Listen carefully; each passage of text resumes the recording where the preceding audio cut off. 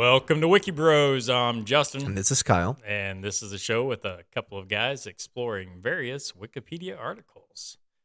So, we talked about last year that we would go into some of these exonerations. This is from the Innocence Project. Yeah, some of them are from the Innocence Project, other ones, not necessarily. But Okay, so these are basically just exonerations. yeah, Period. yeah, Okay. yep. Now, are you gonna? Does it notate whether or not they're from this project or not? Yeah, I mean, that's a collection of people tied into that, Innocence Project. Okay. But it'll some of them will tell you, some of them won't. It really doesn't matter. The point of it is that there's a lot of people that have been to prison for crimes they didn't commit, and I'm sure there's a shit ton more that's in prison right now that we don't even know about. Well, and today you even have an example of a cause of some of these false imprisonments. Correct. Yeah. So we're going to talk about a guy named Fred Zain. So he was a forensic laboratory technician in West Virginia. Okay. He was hired, as a chemist there by the West Virginia State Police Crime Laboratory, and eventually he's promoted to director of the serology department. Okay. So Now, just to notate here, you stated he was hired as a chemist, right? yeah, that's right. So what was his background? Well, he claimed. Claimed? Okay. Wait. What do you mean claimed? Well, when he filled out his resume, he stated that he had graduated from West Virginia State College, which is now West Virginia State University, right? Okay. With a major in biology and a minor in chemistry. Okay, makes sense for what he's applying for. Absolutely. And he did major in biology. He graduated with a C average, but he majored in biology. Hey, in fairness, we've had presidents that Yeah. C averages. Hey, but he never minored in chemistry at all. Oh, that's kind of a big lie. Yeah. Especially when you're applying for a Yes. a scientific position.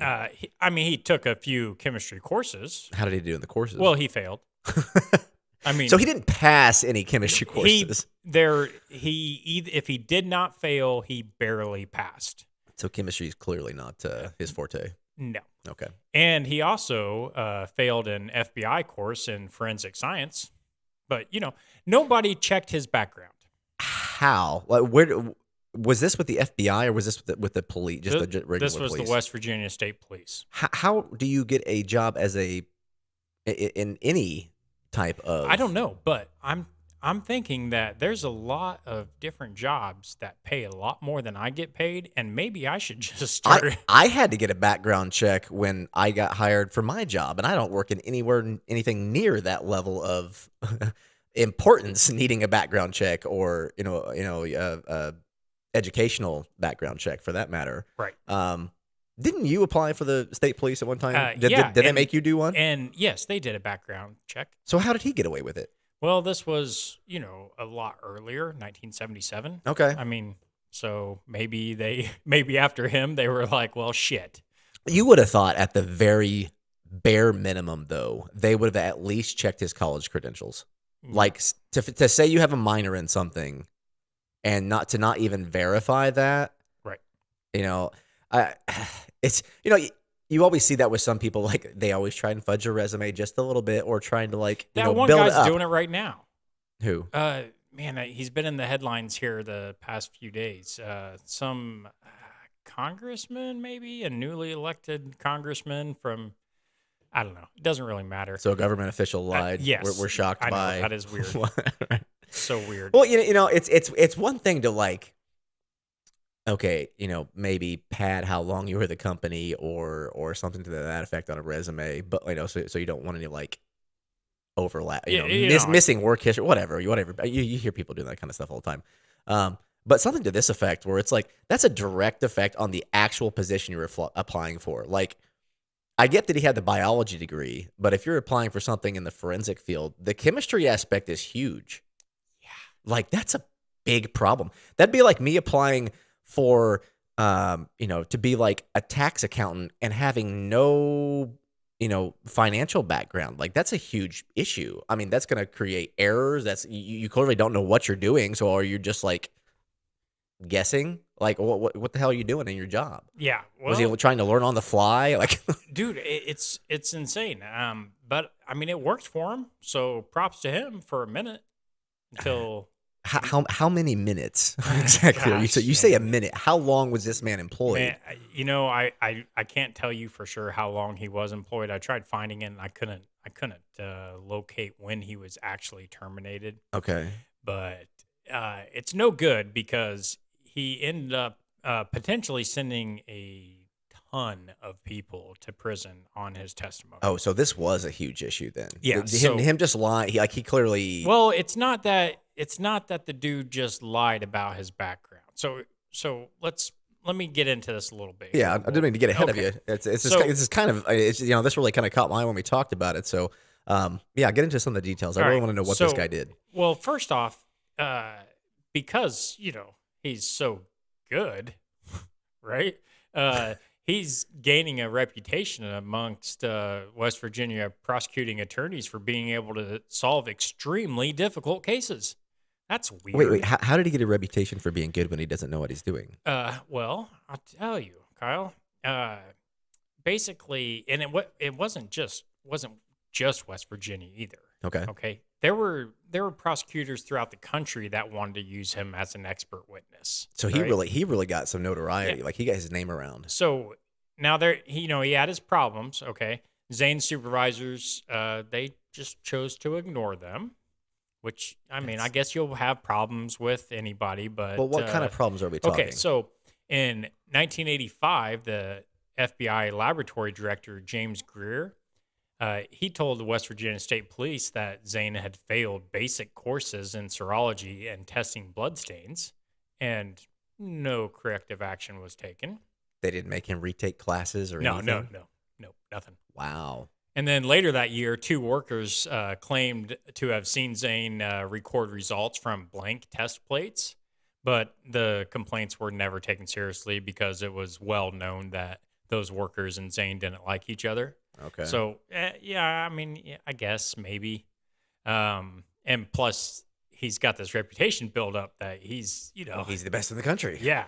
So obviously they're not going to necessarily believe, but they didn't even look into it, Right. Right.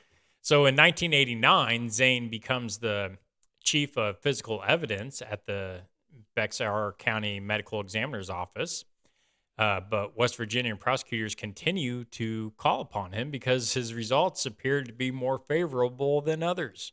Oh, Weird. well, no wonder people were reaching out to him Yeah. specifically. Once they figured out he was always going to give them a favorable Yeah. result, well, why So wouldn't they? So check this out. He's a warrior's dream. In 1987, Glenn Woodall was convicted of a series of grisly felonies at Huntington Mall, including 2 cases of sexual assault, principally on Zane's testimony regarding semen from one of the victims. Okay? This guy was sentenced to 335 years in prison. Holy shit. Yeah. But the next year, DNA testing proved conclusively that Woodall was innocent and the conviction was reversed. So Woodall's defense team performed its own test, which determined that Zane had used flawed blood typing methods in tying the semen to Woodall. Oh, wow. So more seriously, it seemed that Zane had initially determined that a piece of hair was unidentifiable pubic hair. But later he changes his identification to hair from Woodall's beard. Oh, So, okay. yeah. But Woodall's freed in 1992.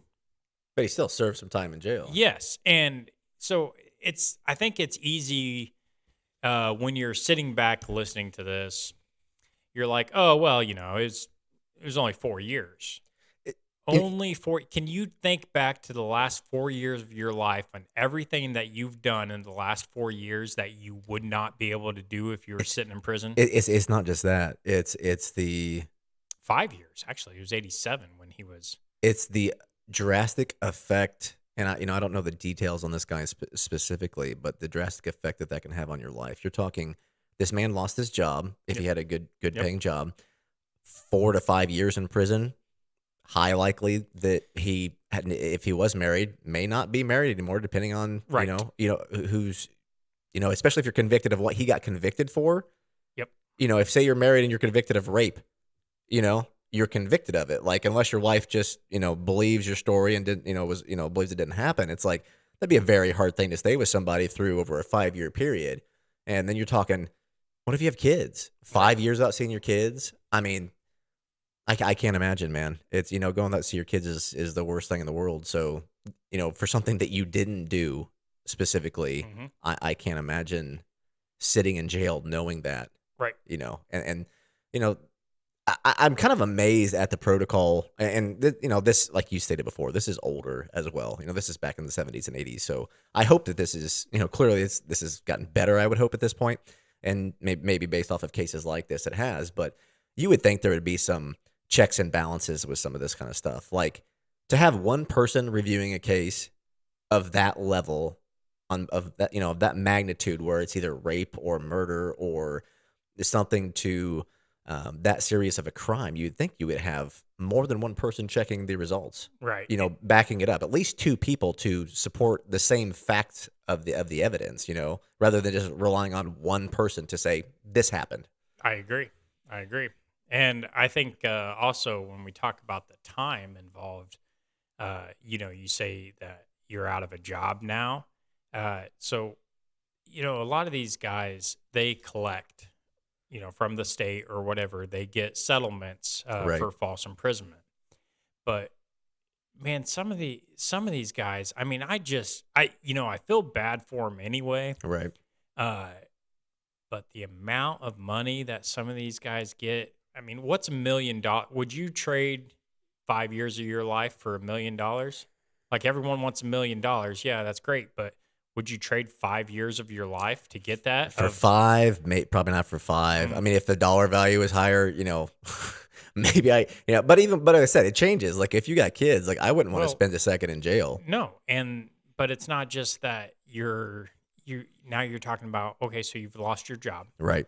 Uh, and maybe you had a really great job. Right. Maybe, Right. uh, Well, you've lost now, job. You potentially now, filed bankruptcy. yeah, I say your house is gone now, probably. Well, and they get into things like this where they do get this money back. And that's if they win the cases. Which now you're talking legal expenses on top of that.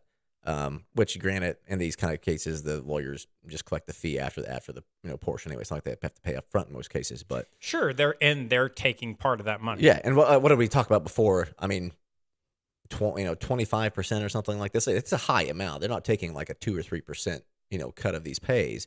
Um, but let alone just that, it's like now you have this stigma attached to your name, regardless of whether or not you're exonerated. Man, you've been in the news, you've been in newspapers, family and friends have seen you in jail. So you get out, you're still labeled as this. Like not everybody's going around saying, "Oh, hey, you got exonerated." He's like, "Why are you out? You raped somebody, you murdered somebody." Right. Like that is a permanent stigma that you're gonna have to live with the rest of your life.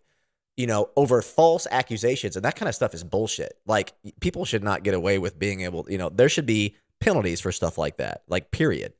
And Oh, and I don't know what, as we dig into this situation with him, there should be ramifications for him doing this kind of stuff. Um, if especially if it was blatant, right. like And if a mistake is one thing, yes, blatant is another. I agree. So he ends up, Woodall walks away with $1 million settlement. Okay. $1 million for 5 years. $1 million Now, for, granted, this is in what, 89? well, 1992 is when he was freed. I mean, So, that was a little more back then than it sure. is now, obviously, given, Okay, 20, 30 years. we'll, But we'll call it 1.6 million. How about that? I mean, I mean, but I'd like to see the dollar to dollar comparison. but I mean that. Look, here's the other thing. What about the trauma that you potentially experience in prison? Oh, yeah. Yeah. I mean, You don't know what type of jail, especially with what he was labeled as, right? yes, sir. Like, he didn't go in there. Was this a murder or just a rape? Well, so it was 2 cases of sexual assault. Okay, so he's labeled, he's a sex offender basically, Hmm. going into jail, and and Yeah, it's not like you have a good reputation going into jail. You have a reputation as either a rapist or a sex offender going into jail. At least he got labeled as a pedo, but I still can't imagine that goes over well in prison. Right. So, at the request of West Virginia State Police County Prosecutor William Forbes, began a criminal investigation. And Forbes was so disturbed by what he found that he asked the Supreme Court of Appeals of West Virginia to appoint a special judge and a panel of lawyers and scientists to investigate the serology department. On November 4th, 1993, Senior Circuit Court Judge James Holliday issued a report finding that Zain had engaged in a staggering litany of misconduct and outright fraud. Wow. According to the report, Zain had misstated evidence, falsified laboratory results, and reported scientifically implausible results that may have resulted in as many as 134 people being wrongfully convicted. Now, granted, they're going to get this number by basically 134 times he did tests on this stuff. Right. I mean, that's where they're getting it from, that people ended up being convicted. But still, how many times did it really happen? We don't know, but it happened for sure. I mean, one time's too many. Right? Well, to that degree and that many counts, I mean, it's kind of frightening, to be honest, that he got away with this for that long and that he was held in such high regard by everybody. He's getting the prosecutors what they want. But that's the problem, though, right? Like, it's a fucking game when it comes to the court system. It's like you guys reached out to a guy who you knew would give you the correct evidence that you wanted, the result that you wanted, whether or not you're actually going after the truth in the matter or not. You wanted your result, and they continued going back to him knowing that they were going to get that. Right. I mean, you don't have people coming from other states to get you unless they know they're going to get favorable evidence. Yep, I agree. So Holliday concluded that Zain's misconduct was so egregious that any testimony offered by Zain should be presumed as invalid, unreliable, and inadmissible. He also found serious deficiencies in the Serology Division's quality control procedures. The Supreme Court unanimously accepted Holliday's report, terming Zain's actions egregious violations of the right of a defendant to a fair trial and corruption of our legal system. I'm curious on something, and it may not be in this article, and maybe we need to dig into this a little bit more, but I would be curious to see how many convictions he got off of his results, or if he gave evidence for people that they were innocent or not. I'm curious on that, because you can't just constantly turn in that this person's right, that this person's guilty every time, right? Like, it's going to be like, that would throw a flag, I would guess, right? Right. So in cases like those, you would have to like check into those trials too. Did people get off for murder or rape because this guy, created fraudulent reports on these as well to cover his tracks? For sure. People got away because he is, getting the wrong people convicted. That too, that as well. That's a clear point. Yeah. Like, he got these people convicted and they weren't actually the culprit. But how many people did he that were actually in court that he got off because he would have given a false report of a false, Yeah, I don't have any information on that. And in fact, I was surprised by what I read on here, how little was available, and maybe I could find it elsewhere. But possibly, I'm gonna have to dig on a little bit. But this, now keep in mind, this was West Virginia, right? Okay, so now there's an investigation in Texas that found that while working for Bexar County Medical Examiner's Office, Zain had engaged in misconduct and fraud that may have resulted in as many as 180 wrongful convictions. Oh my God. So he's got 135 and 134, 180. Jeez, man. So as in West Virginia, the Texas investigation found numerous instances of Zain filing reports on tests that had never even been done, reporting negative results as positive, and describing inconclusive results as conclusive.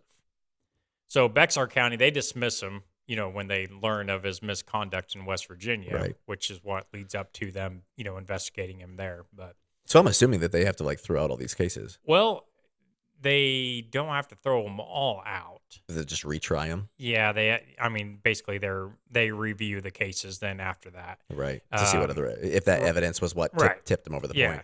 point. So they did reviews of the cases he had processed, resulted in charges being dismissed and convictions reversed for multiple cases in both states. West Virginia alone eventually paid a combined total of $6.5 million to settle lawsuits by people who had been convicted wrongfully due to Zain.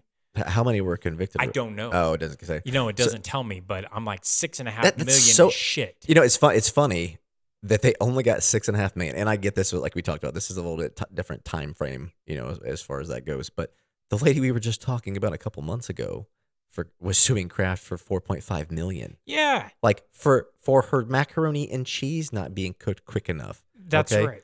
For the macaroni and cheese, well, it's not that it wasn't cooked quick enough. It was Kyle. advertised that it was quicker. It was advertised that the whole process is done in 3.5 minutes. But that's the insanity. Okay, that's the insanity of lawsuits. They have grown exponentially throughout the years to the point where it's just they're frivolous at this point. The dollar values are insane. Now, remember, you had that woman commenting. Yeah. Lady. Okay, I'm sorry. For one, I do all the shopping in my home. She said I'm a man. I don't do my own shopping. Men we should stay out of the store. Stay out of the grocery stores because we are not gatherers. Oh, okay.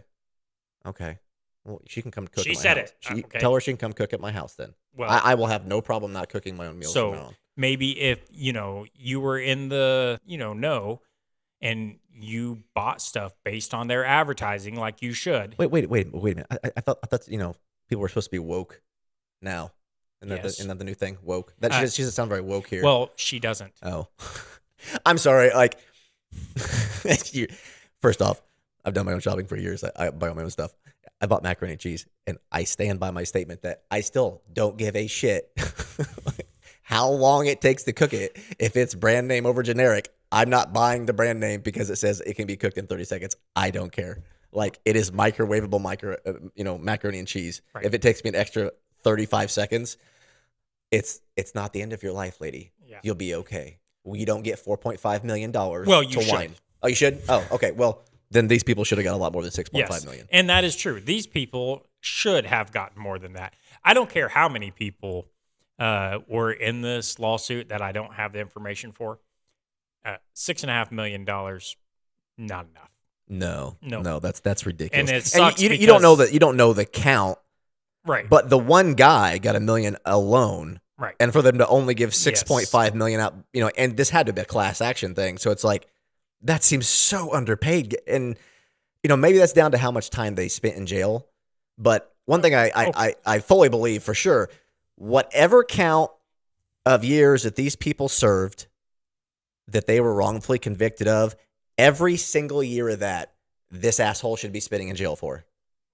Well, that sounds good, but he didn't get a damn thing, did he? No. So he was charged with fraud, but his trial was delayed after he was diagnosed with liver cancer. I don't give a shit if he's diagnosed with liver cancer. Fuck that guy. He should be in the courtroom. That I don't care. You can go straight from your treatment at the hospital and go immediately to the courtroom. I don't care. I'm just going to say this. Maybe he got the liver cancer from drinking some of the chemicals. He clearly didn't know how to use chemistry anyway. I don't know. Seems logical. I think you're reaching. All right. Well, I want him to die painfully. Okay. So you know what? Cancer is pretty horrible. So I guess if he's not gonna get long jail time, I highly doubt he survived the liver cancer. So in 2001, he was charged with 4 counts of obtaining money by false pretenses, but the jury deadlocked. A new fraud. How would that be a deadlock? Explain to me how that would be a deadlock. No. This is separate from his other charges here. These are just obtaining money by false pretenses. This isn't. Okay. Has nothing to do with the. Yeah, it was just that. That's just something he was charged with. Okay.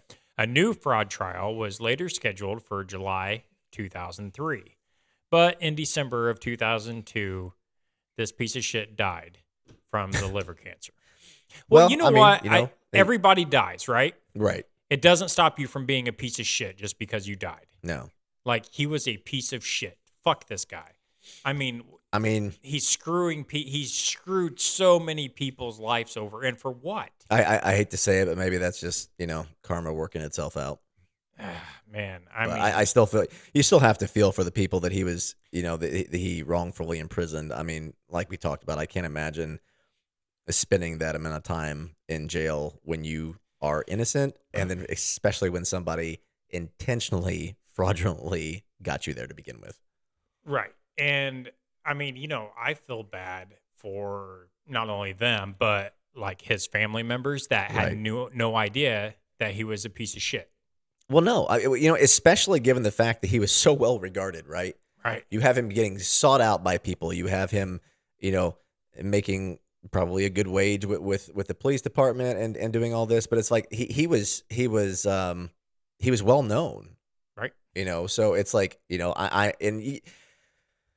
you always throw the kids into it. It's like if the man had kids, you have to feel for them, Mhm. regardless of the situation, because that was still their dad, and to you know it's still terrible for them. But the dude was not a good guy. Like, you don't do this stuff on that level that's affecting other people. It's not like he was robbing a bank. It's not like he was doing something a lesser charge. Dude, you got people convicted for rape, murder, took their lives away from them to cover your own tracks for your lies. Yeah. Like, that's And not right. the thing is it wasn't like he just didn't know what he was doing Right. and he made mistakes. If The he was just a dude, shitty, forensic investigator, I'd be like, okay, man, like maybe they should have done a better job, with your yearly reviews, or right. followed up on your failed test that you should be passing. Like, I can't imagine, like, But he just straight up falsified yeah, information, like, turned stuff in, said that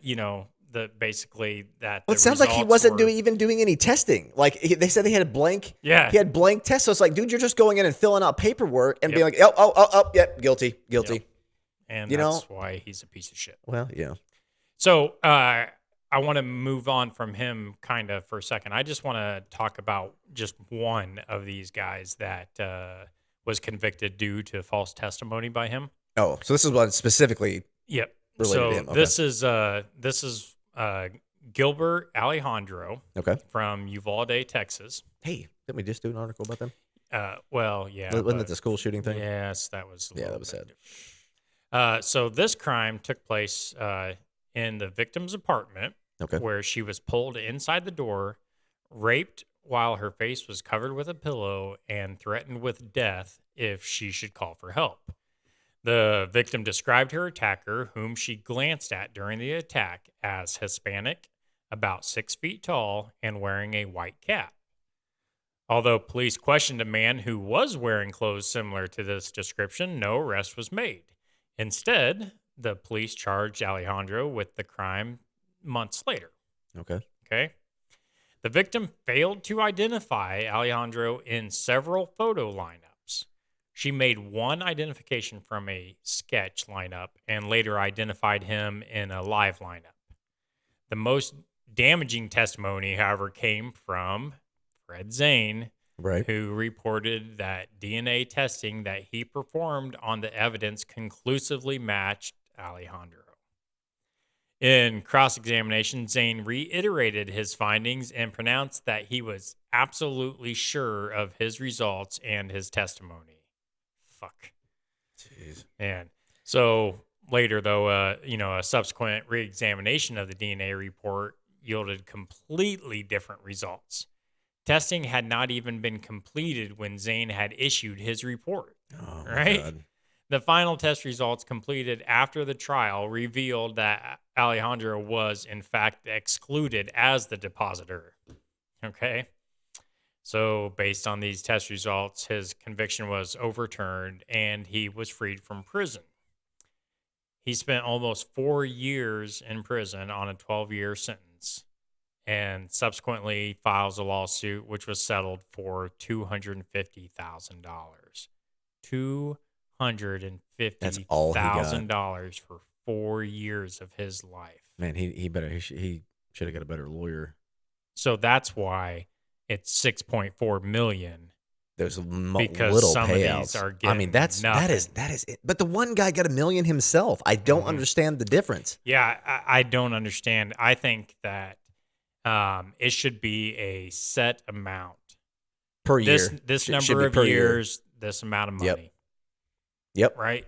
I mean, I so mean, yeah. I mean, I think a lot of the lawsuit things would be resolved easier if they had more specifics like that set in, especially in like cases like this. But like in any of these kind of lawsuits, it should be like they should have presets so that you're not seeing these ridiculous amounts, and also presets so you're not seeing people get completely taken advantage of in the situation like this is. Like, there's no reason you can't tell me for that amount of time that that's all that man should get coming out of jail for being false in prison. He just lost everything that he had, everything. everything.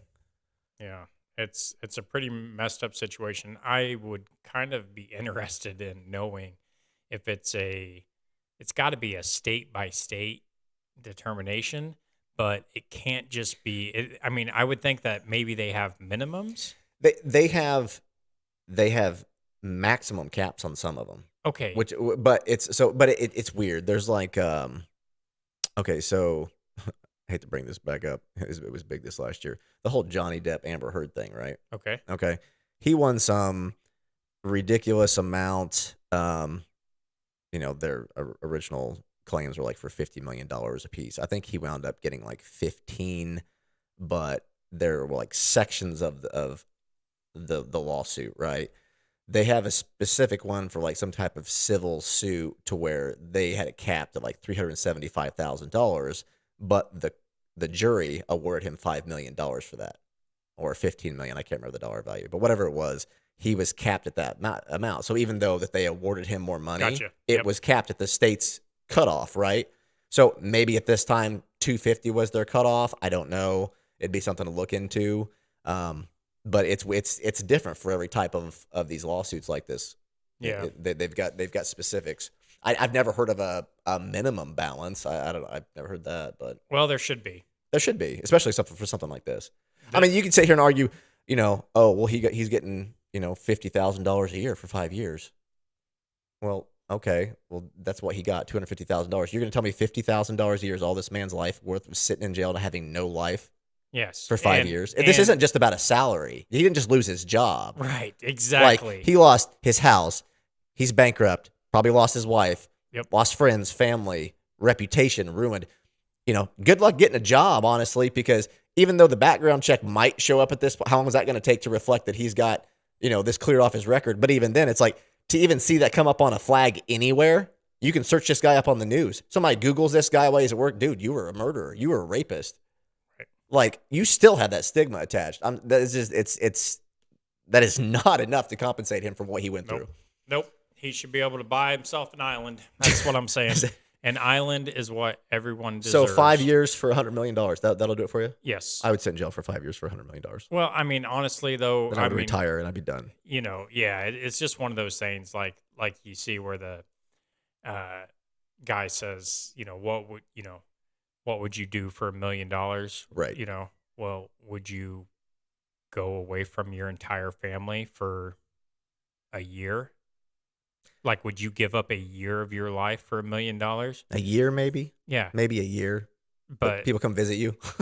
But even then, sitting in prison with the type of charges that he's had, I don't know that I'd want to be in prison for a year with that charge on my name. That's the thing, is it's not just what happens to his life or his family's life outside of prison. Right. It's what's happening to him in there. Yeah. And so here we're gonna do a few of these. I'd really like to hear more. And I'm telling you that I've got one that I've been looking into already, and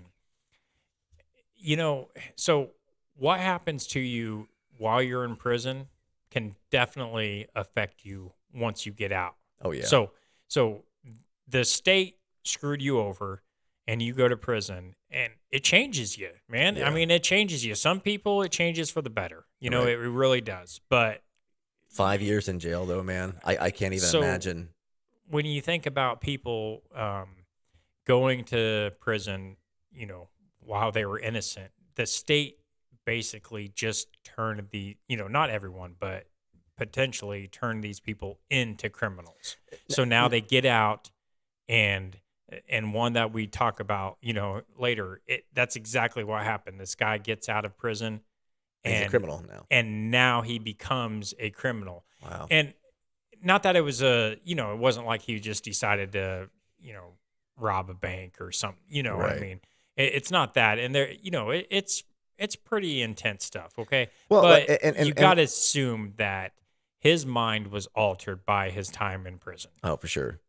And you got to look at the type of prisons they're in too. Okay, they're going into serious jails. This isn't just like It's not like your county your jail. county You're jail. going Yeah, into a you're going federal into prison where there's or, other actual murderers, other actual rapists in here, people that have done some horrible things that you're around and you haven't done. Right. You can sit Yeah. here and try and disguise like, you're this big tough guy who murdered somebody, but I mean, man, to sit through that and then be with those people and I can't imagine like Nope. you hear some of the horror stories about, especially Right. the people that go Yeah. in there with like rape or Right. molestation charges against them. It's like, man, I can't imagine, especially if they're false. So, yeah. So let's, Sorry, if you did it, you deserve that shit though. well, yeah, but that's the problem that we run into is that there's a lot of people that have gone to prison that didn't do it. Oh yeah. So Yeah. that's the same way. Like I am myself personally, I am a fan of capital punishment, Right. I am too. but you got to understand that the reason people sit on death row for so long, I mean, Yeah. you can't just say it's not like it's the Wild West. You're guilty and we're hanging you up right now. Right. Right. I mean, time does help some of these people. Yeah. Time does give them an opportunity to prove their innocence. Well, Which you and, shouldn't. You shouldn't have to prove your innocence ever. I mean, if the system was perfect, you're only, they're proving your guilt. yeah. Right. And given the time frame, I hope this really changed things going forward. Especially being 30 years later now at this point. Oh God, it's 30 years Yeah, later. it's kind of frightening, isn't it? But We're getting so old. but like DNA testing is like the smoking gun and thing. So it's like to see this, and DNA testing had just recently started, I believe, before this wasn't it? Sure. Yeah. So Yep. it was fresh. So I would say, when this first came on the scene, like how many people back then got wrongfully convicted by bad Oh, DNA yeah. testing? Because it's not like it is now. It's like you can have your test back quickly. You can have it checked at more than one place. Well, It's got to be and- one of the first things that if somebody gets a valid DNA test back on a hit, like if I was in jail, I'd immediately want it redone to make sure that it's like if I know I'm innocent, test it again. Yes. Like I want it tested again. I will pay to get it tested again. The problem is that prior to DNA testing, they would test other options. So Right. is your blood type? I mean, if Yeah. your blood type is different, it can exclude you. But if it's the same and they have an eyewitness, well, by God, you did. Right. I mean- Right. Because nobody has O positive. Right. Yeah. Whatever. So anyway, we'll hit up on a few of these. I'm telling you, when I've read through some of these, I mean, it just about makes you sick every time. Like, how the hell did this happen? When you read the cases, I know it's a hindsight thing. This is after the fact. We're looking back on it, but God dang, besides just the DNA reversals, it's witness reversals, it's police corruption. I mean, it's the prosecutors, them, not sharing evidence type of stuff. I mean, it's insane. And, it just kind of, I don't know, it just kind of pisses me off a little bit, but very interesting. And I mean, there's a ton of them. So we'll dive into a few of them anyway. It would be really interesting to talk to somebody who's, and I can imagine trying to speak on something like this after you've went through it, but it would be really interesting to hear a firsthand perspective from somebody who's had something like this happen to them, just to see how much it actually did affect their lives, for people to actually understand firsthand how stuff like this Well, and the problem I think that you get into with that is just like with everything else is every person is different and how Right. they react Oh to yeah. stuff. Yep. So while it could have been the worst thing that's ever happened to, this guy, other people might say, I mean, it is what it is and we moved on, Right. you know. Yep. Uh Everybody handles things differently. yeah, so but yeah, we'll try and get into quite a few more of these because they're very interesting Yeah. to I go think, through. I think this will be fun to go. I mean, not fun, but I think they will be Yeah, very. sure, informative. Yes. Yeah. So I've done a really horrible job of keeping the website updated. Um, but Maybe a job for the new year. but yes, 2023. That's the year. Wikibros.com stays updated. Fingers crossed. So, the thing is that I try to put information about what we talked about Yeah. up there, pictures, links, stuff like that. And we are going to do some new updates. I know we're talking about getting some new pictures and videos and stuff of things going forward and Right. adding those to the podcast. So that's available. We've got, the YouTube channel. You got TikTok, maybe TikTok might be going away, but we've got that. And What? well, yeah, it's constantly. They're, going through the Congress right now that they're trying to ban TikTok. How? Whatever. Well, I mean, you can understand when you see what they're, the data that they're getting on this. It's kind of understandable. Well, yeah. We'll see. Just sucks because I love TikTok man, so much. Man, you get into like a whole free. Well, are we going to become China with like the internet restrictions? That's like, the come on, problem is that China is running TikTok, so they're getting all of this data collection on us. That's kind of frightening. So that's so where we just need a new at. platform. Yeah, exactly. Just take the exact same setup and just give it a new name. That's what Twitter's going to do now. Hey, Twik Talk. No, that's a terrible name. Yeah, but you can suggest something. No. It sounded After better. you said that. It sounded way better in my head. I'm sorry, guys. Just forgive me. Twit Twik Talk. Well, I was gonna go somewhere with it, and then it did not come out correctly. And then I think I should shut up now.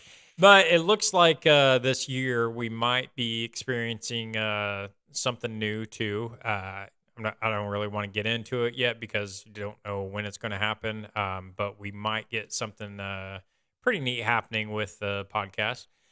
So I'm kind of looking forward to 2023, to be honest.